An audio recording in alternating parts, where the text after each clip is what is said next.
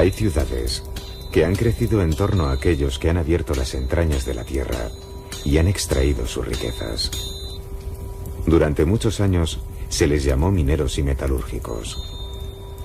En los siglos XIX y XX, la tierra de este lugar fue removida por aquellos que deseaban una vida mejor para sus hijos. En la historia de Gijón hay mucho de resistencia mineral. Ese tipo de bravura que consiste en aguantar, resistir y mantenerse. Cualidades que tienen casi todos los minerales, algunos seres humanos y solo unas pocas ciudades.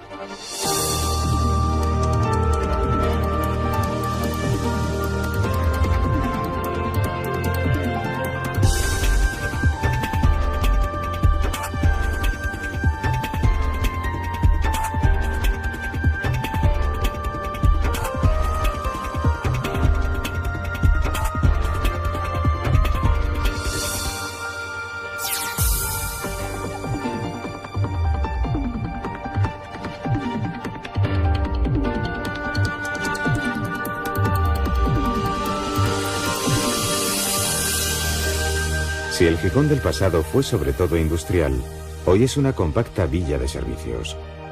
El movimiento mercantil de la zona hace de esta ciudad, con 270.000 habitantes, la más poblada de Asturias. Gijón cambia, pero la playa de San Lorenzo permanece.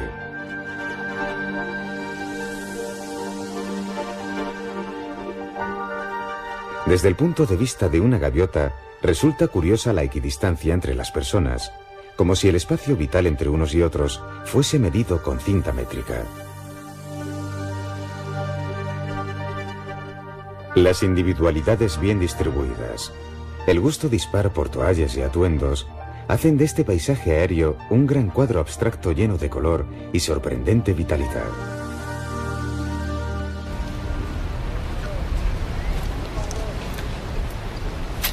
Los orígenes de la ciudad actual se remontan al siglo I. La famosa ruta de la plata de los romanos alcanzaba Gijón. La ciudad tuvo un tormentoso medievo hasta ser destruida. Su inmenso retraso desapareció en el siglo XVIII, cuando la ciudad llegó a ser capital marítima de Asturias y comenzó su evolución industrial y comercial. Además de los rostros de la gente común, que son los que de verdad hacen las ciudades, hay otros retratos de hombres ilustres. Pero en Gijón todos están eclipsados por Gaspar de Jovellanos. Todo se llama Jovellanos. Un teatro, un apeadero, una clínica, una calle, un hotel y hasta una de las cooperativas de taxi. Jovellanos no es un hombre ilustre, es el hombre.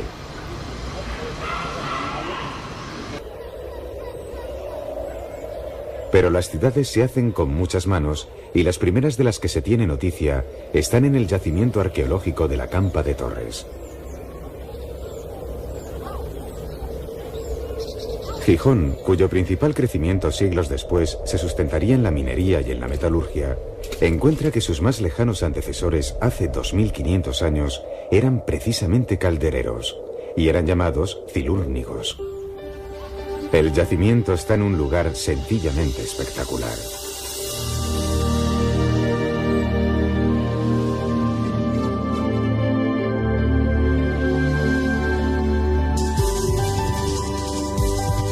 Gijón nació en un enclave estratégico. La ciudad creció en torno a esta península que muy apropiadamente se llama Cima de Villa. Tenía agua potable y por aquel entonces las mareas la separaban de tierra firme con intermitencia. La ciudad se abre desde el Cerro de Santa Catalina y se desparrama hacia el interior dividiéndose en dos.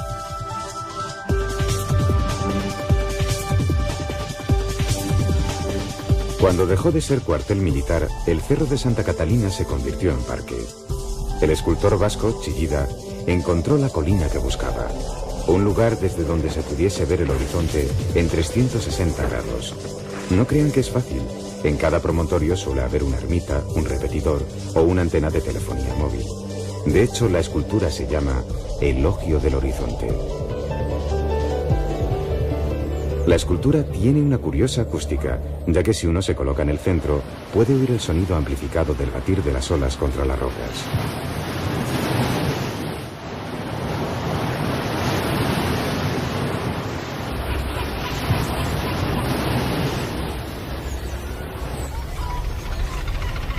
A los pies del parque, encima de Villa, está el casco antiguo. Aunque hay restos romanos en otros emplazamientos, tal vez lo más interesante esté aquí, en los sótanos de esta plaza.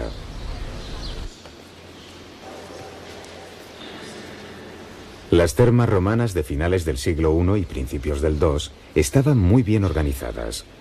La iluminación roja o azul nos muestra las estancias de agua caliente o fría por las que se avanzaba hasta llegar a una zona posiblemente de expansión y charla, que tiene la muy rara particularidad de poseer restos de decoración pictórica tratándose de una terma.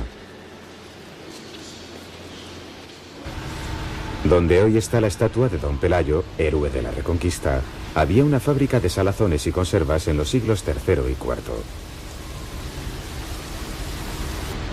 El Palacio de Revillagigedo es centro de exposiciones temporales y es muy visitado por propios y extraños.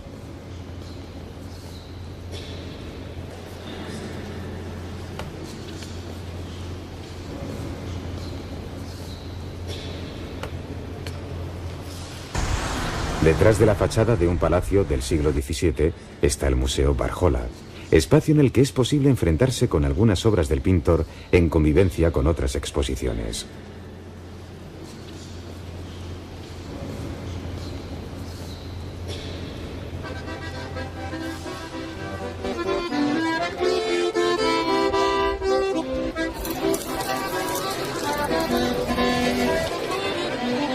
Mientras disfrutan tomándose una sidra encima de Villa, algunos se preguntan cómo es que en Gijón no abundan iglesias románicas, monasterios y ese otro tipo de cosas que suele haber en ciudades milenarias. La verdad es que su posición geográfica la hizo vulnerable, además de que la villa estuvo muchas veces en el lado de los perdedores. Hubo una destrucción brutal y salvaje allá por el 1395 y otra más reciente en la última guerra civil.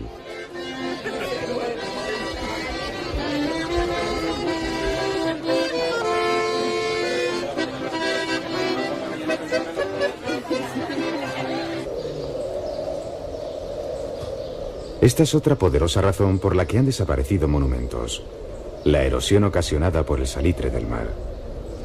Pero Cimadevilla conserva algunos lugares llenos de encanto por los que da gusto darse una vuelta y sentir que aquí nació la ciudad.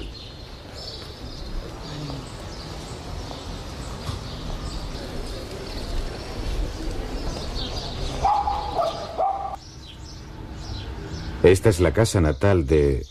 ¿adivinan de quién? Sí, del mismísimo Jovellanos.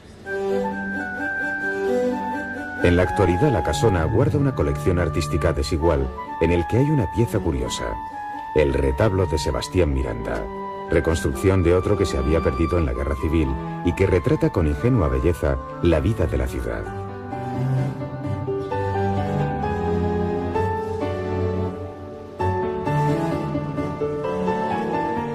Tal vez sea Gaspar, Melchor, Baltasar, de Jovellanos, el ejemplo perfecto de hombre ilustrado en la España del siglo XVIII.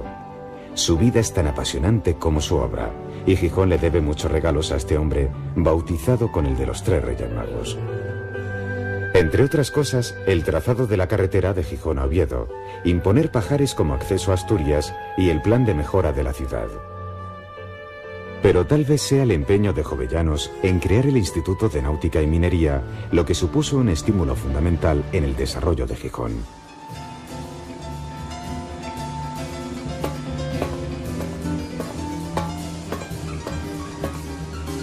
El edificio, muy restaurado, fue obra de Villanueva, autor del Museo del Prado.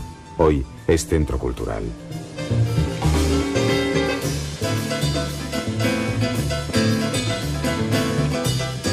Al estar situado en zona céntrica, el antiguo Instituto Jovellanos es lugar idóneo para concitar todo tipo de eventos culturales, tan variados y polivalentes como lo era el propio Jovellanos.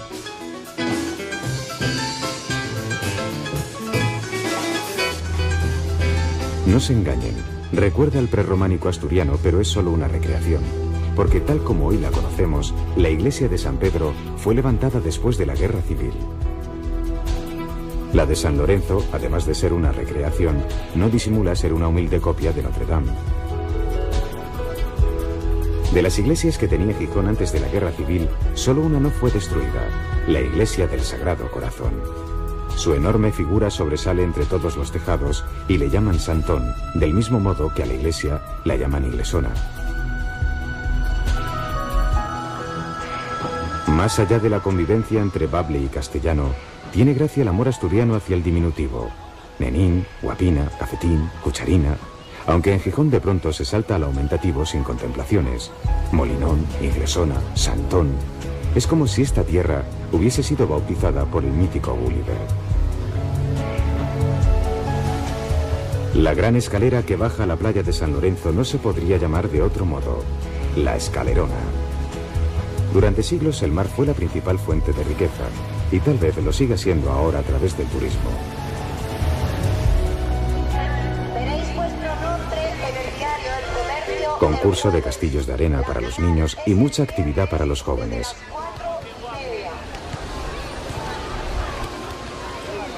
La playa entera es una fiesta. Y no solo la playa, porque en los días despejados la gente se lanza a la calle. Sin prejuicios las toallas se despliegan en cualquier sitio, parques, jardines y praderas. Cualquiera que llegue a Gijón un día de sol verá toda la población fuera de sus casas. A la gente de cierta edad le gusta mucho pasear playa arriba y abajo, recuperando la salud y tal vez la amistad.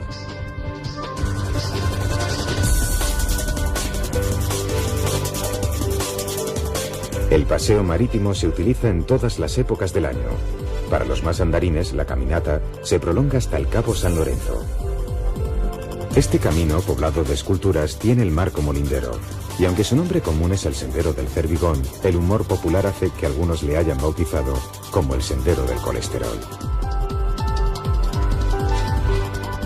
En parte gracias a este sendero, la ciudad se ha ido convirtiendo en coleccionista de esculturas y la gente se ha terminado acostumbrando a ese reclamo visual junto al mar.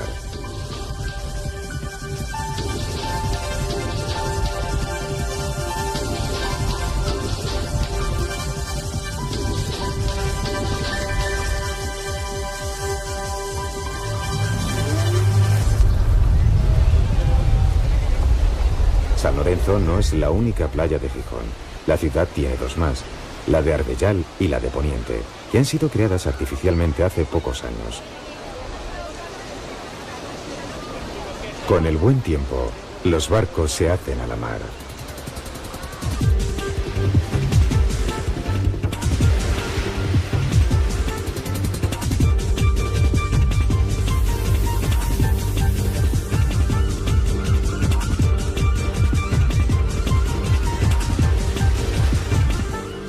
Los barcos deportivos fondean junto a Cimadevilla, en lo que antes había sido el puerto pesquero. El puerto industrial de Gijón se llama Musel y está en el lado oeste de la bahía. A finales del siglo XIX se construyó este importante puerto y gracias a su calado, a los grandes barcos les era posible atracar sin dificultad.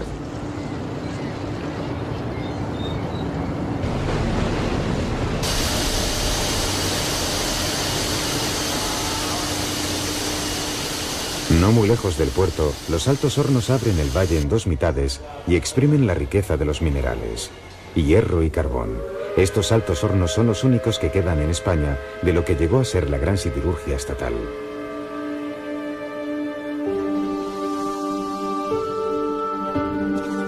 En este lugar, la tierra parece herida. Y tal vez lo esté, pero es parte del precio que ha hecho de Gijón lo que hoy es.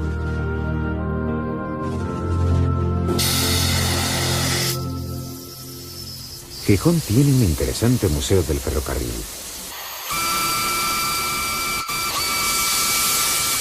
Aquí el tren hizo ciudad. De hecho, el ferrocarril entre Langreo y Gijón fue uno de los primeros de España. En Asturias llegó a haber 8 anchos de vía distintos, ya que el tren no solo trasladaba personas, sino también todo lo que las minas eran capaces de ofrecer.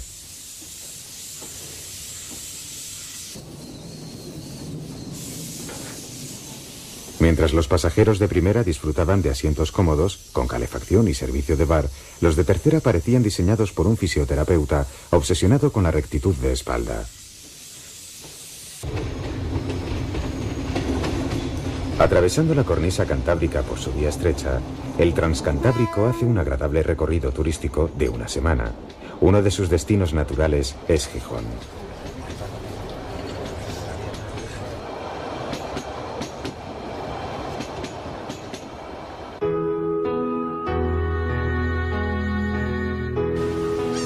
La gente se recoge. Esta es la hora en que la noche se adentra en la ciudad y el elogio del horizonte parece decidido a erigirse como elogio de la vida. La quilla de la ciudad que encara con valentía las tinieblas.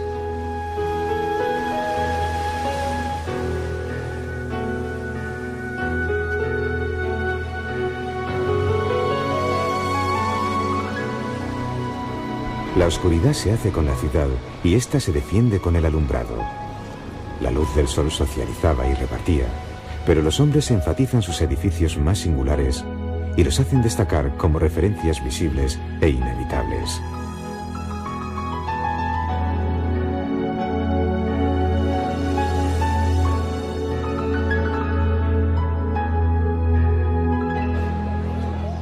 La temperatura agradable invita a compartir la calle. Es hora de cenas, cervezas, sidras, vinos y risas.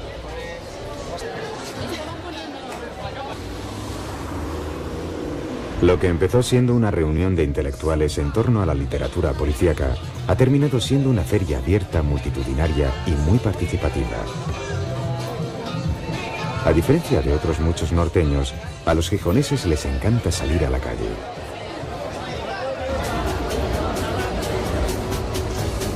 Música joven para los más jóvenes. La multitud mira hacia el escenario y da la espalda al mar, pero el mar no es rencoroso. A la mañana siguiente, con humilde generosidad, refrescará los cuerpos de los bañistas. La idea tópica de Gijón es que se trata de una ciudad que tiene una gran playa. ¿Pero nada más? La tercera parte de la población asturiana vive en Gijón. Barrios cómodos se llenan de parejas jóvenes y hay un esfuerzo evidente para dotarlos de centros comerciales, deportivos y zonas ajardinadas.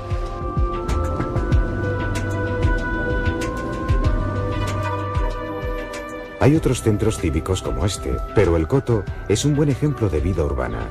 Había sido un cuartel y hoy es el centro del barrio. Además está el recinto de su muy famosa feria de muestras, un parque tecnológico para nuevas empresas y una autopista que conecta Gijón con el resto del país. Pero todo se quedaría corto si no hubiese una recuperación consciente de su pasado histórico. Este es el pabellón que se trajo de la Expo 92 de Sevilla y es hoy sala de exposiciones. Lo que había sido el Banco de España es hoy biblioteca municipal. Pero por fortuna, el mercado sigue siendo mercado y el teatro sigue siendo teatro.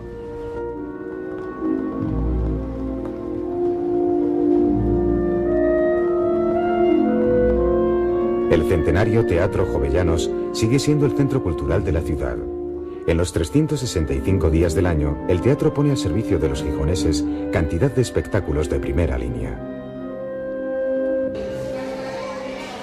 El Café Contiguo es uno de los de más solera de la ciudad, además de ser el ambigú del teatro.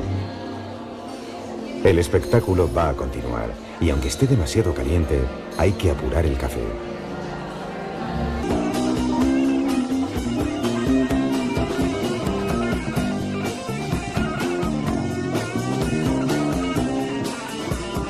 En verano, Gijón es una ciudad muy animada, llena de espectáculos callejeros y manifestaciones culturales. Los paseantes tienen muchas opciones y los gijoneses disfrutan la música en muchos registros.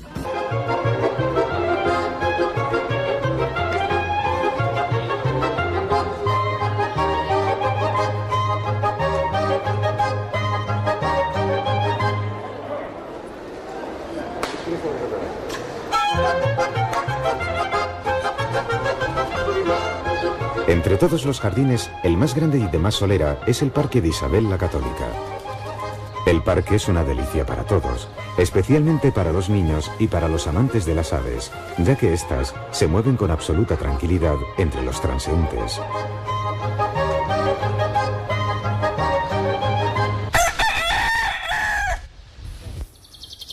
Gijón tiene el término municipal más grande de Asturias. El 90% del concejo es territorio rural. Esto da buena idea de la importancia del paisaje y del entorno. Resulta increíble pensar que a un cuarto de hora del centro uno puede regresar a un mundo de prados, vacas y hórreos.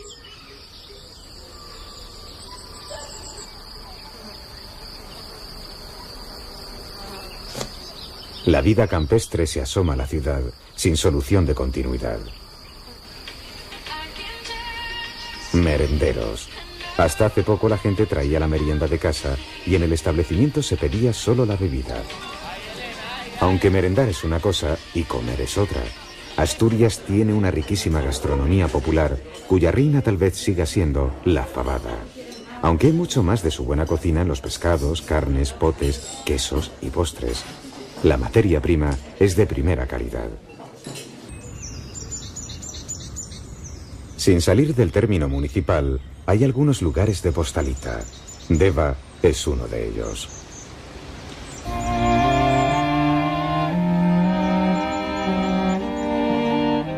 En los prados a veces sorprenden viviendas de lujo construidas hace 100 años. Algunas son las típicas casas de indianos, que es como se les llama a los oriundos que habían hecho fortuna en América.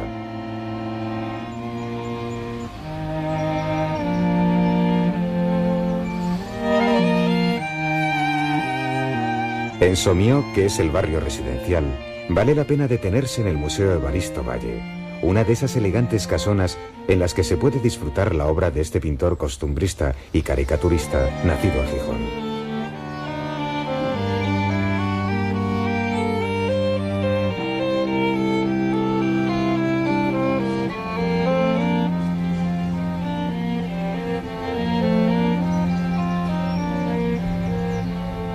Los jardines de la Fundación Evaristo Valle son lugar para conciertos estivales.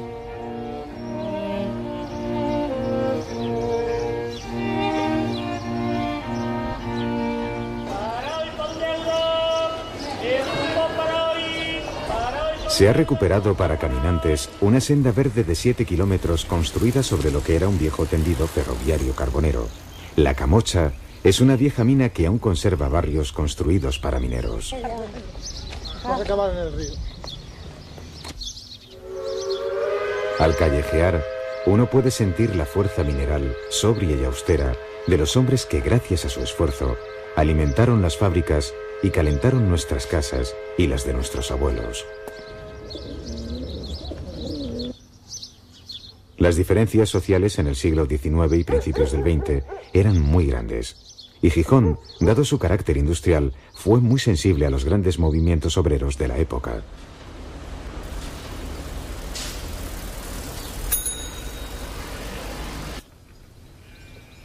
Muy vinculado con el mundo del carbón y de las minas, el azabache, por su fragilidad, solo puede ser tallado artesanalmente.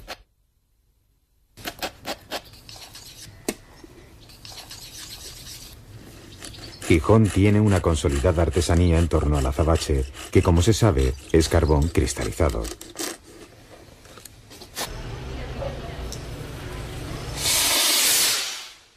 En verano las romerías son corrientes. La gente es amiga de ir al campo, compartir comida, bebida y risas. Y sobre todo, el sonido de las gaitas. Hacia las gaitas hay tanta afición que hay un museo. Dicen que uno de los más importantes del mundo, aunque uno no logre imaginar que en el mundo haya demasiados museos de gaitas. El Museo Piñole es uno de los más coquetos de la ciudad. Piñole es un pintor gijonés que vivió 100 años exactos. Demasiadas cosas pasaron frente a sus ojos, pero él siempre se dejó atrapar por la atmósfera amable de la luz asturiana, paisajes, retratos y género costumbrista.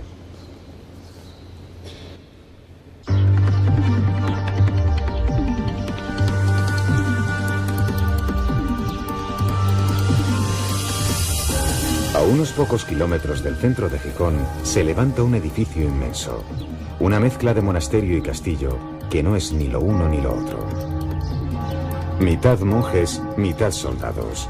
Esa era la nueva juventud que intentaba forjar el régimen de Franco en esta Universidad Laboral de Cabueñes, que fue inaugurada en 1955, obra del arquitecto Luis Moya.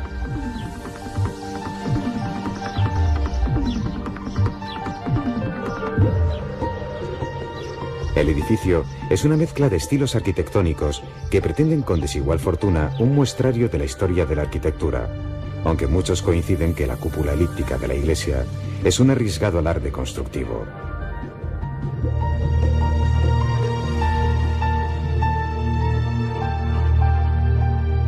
El salón de actos tenía butacas reclinables y era más grande que ningún teatro de la ciudad.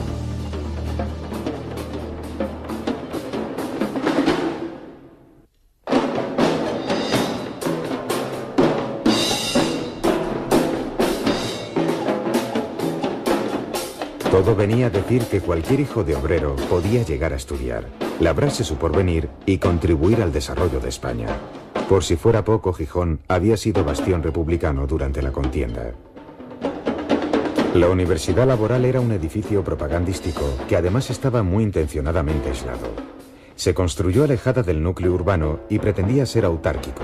En su 1,5 millones de metros cuadrados había granjas, pocilgas, establos y huertas. Aquello era una ciudad que giraba en torno a un sólido ideario, del mismo modo que todo convergía sobre un inmenso patio. En la lavandería, hasta hace poco regida por monjas, es posible ver lavadoras, secadoras y planchas que bien merecerían estar en un museo de antigüedades. La época de Franco está demasiado cerca en el tiempo como para que el edificio no mantenga con la ciudad una relación ambivalente, odiado en ocasiones y amado pese a todo. Si estos talleres inmensos, tal vez irreversiblemente descatalogados, son capaces de resistir un poco más sin ser desmantelados, es posible que alguien cambie la etiqueta de viejo por antiguo, y todo esto pueda conservarse para conocer cómo una ideología se materializa en edificio. La historia necesita testigos, muchas veces visibles y corporeizados, aunque sea para no repetirla.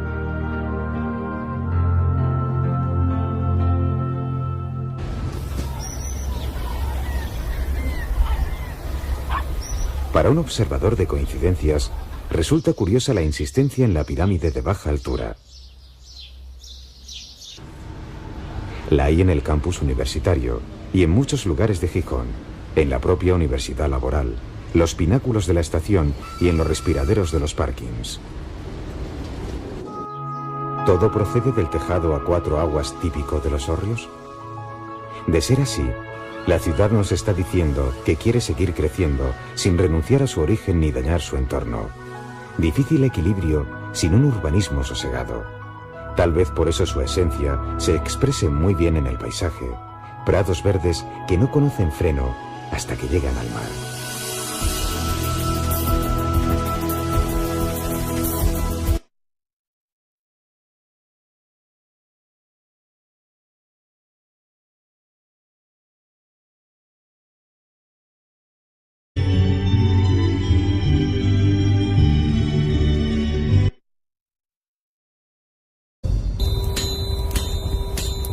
Hay ciudades que han crecido en torno a aquellos que han abierto las entrañas de la tierra y han extraído sus riquezas. Durante muchos años se les llamó mineros y metalúrgicos. En los siglos XIX y XX, la tierra de este lugar fue removida por aquellos que deseaban una vida mejor para sus hijos. En la historia de Gijón hay mucho de resistencia mineral. Ese tipo de bravura que consiste en aguantar.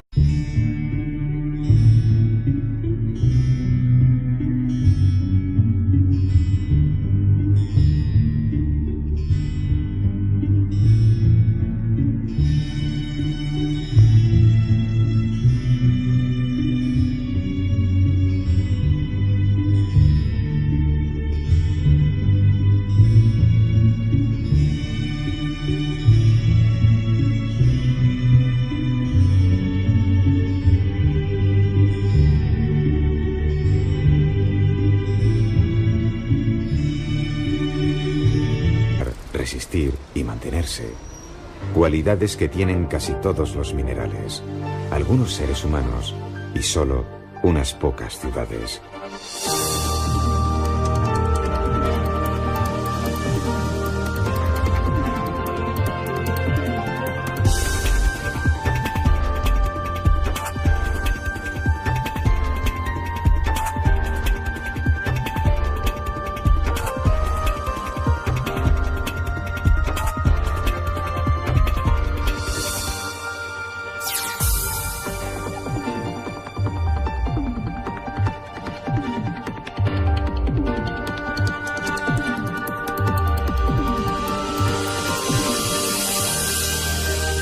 Si el Gijón del pasado fue sobre todo industrial, hoy es una compacta villa de servicios. El movimiento mercantil de la zona hace de esta ciudad, con 270.000 habitantes, la más poblada de Asturias. Gijón cambia, pero la playa de San Lorenzo permanece.